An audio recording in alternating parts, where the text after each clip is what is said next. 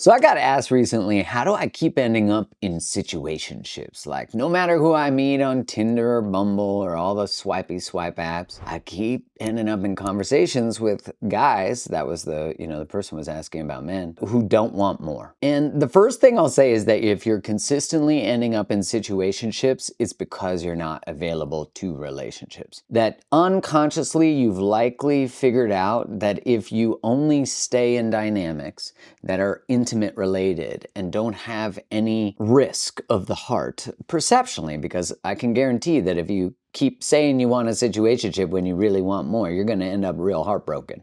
Ever fallen in love with the person you're just casually banging or blowing or whatever, or chowing down on? Yeah, for sure, it happens all the time, because perceptually, we're thinking if I get into this situationship, then I'm not at risk. My heart's not at risk. We end up creating these upper limits through the relational status, likely because when we're actually truly afraid of commitment, it's because we're not actually afraid of commitment. It's because we're afraid of where commitment goes. We're afraid that if I end up committed to you, or we end up in a relationship, or I actually choose someone who's available, they're going to betray me, they're going to lie to me, maybe I'll betray myself, maybe I'll sell my own shit out. So if you're in dynamics with people and they're saying, I don't want more, I just want to hook up, and you're thinking, okay, I do want more, but I don't want to say that to them because it might not be a match. Like if I say I want that and they don't, then I lose them.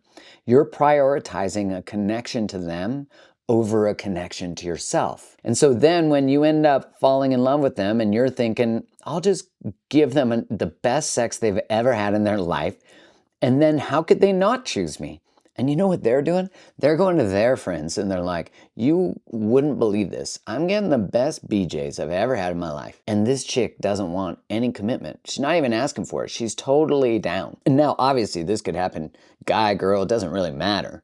When we sell our shit out, when we self-abandon like that, it's because we do not trust that, one, we'll find someone who's a match, and we don't trust that if we find someone who's a match, that we'll be able to handle where that connection goes.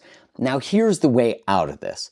And none of this is shame, and if you love booty calls or you want to have situationships, I don't give a shit. You do whatever you want. But what I will say is that when we have not explored the pain of previous relationships and betrayals and losses and grief and breakups, what happens is we avoid love, because where love lives is where the unexplored pain lives.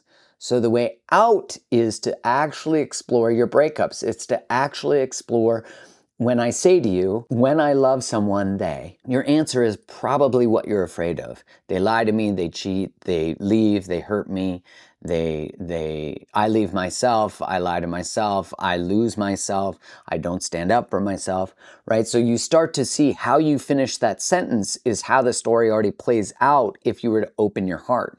Now, if we have unexplored or unhealed abandonment wounds, rejection wounds, which is really common, what happens is when we get into the casual relationships, now pay attention to this because this is really important, the arousal that we experience, right? The penetration, the oral, all that kind of stuff, the orgasms, ideally, at least you're getting one of those or a couple of those or many of those, but not none of those. That treats the pain of the abandonment. So if I'm lying about what I truly want to get you to be in a relationship with me, then I'm abandoning myself. So the connection, the sex, is treating the pain of my own abandonment of myself, as well as it is treating the unresolved pain from my previous relationships. So I walk people through how to heal their breakups, how to explore their past so they don't repeat it. All that stuff is, you can do it. You can walk through it. You can learn how to only say yes to situationships that align. And again, they can align. But my honest opinion is that aligned situationships almost never exist. Now listen, we could find someone where they're like our booty ride to the next relationship. But if you're truly looking for a relationship, your behaviors have to be in alignment with what you're actually looking for. If you are casually hooking up and doing all that kind of stuff and saying, I want a serious relationship, The message you're sending to the universe, the message you're sending yourself, the message you're sending to people in your social circles is that you're not actually serious about what you're looking for and that you don't trust that it's going to come. And so your behaviors are just recreating the same disappointments. And you're getting to treat it with some booty. But booty that really lacks deep connection can get old. It can get old because essentially we're all looking to be truly deeply connected with the people that we do the old tappity tap with.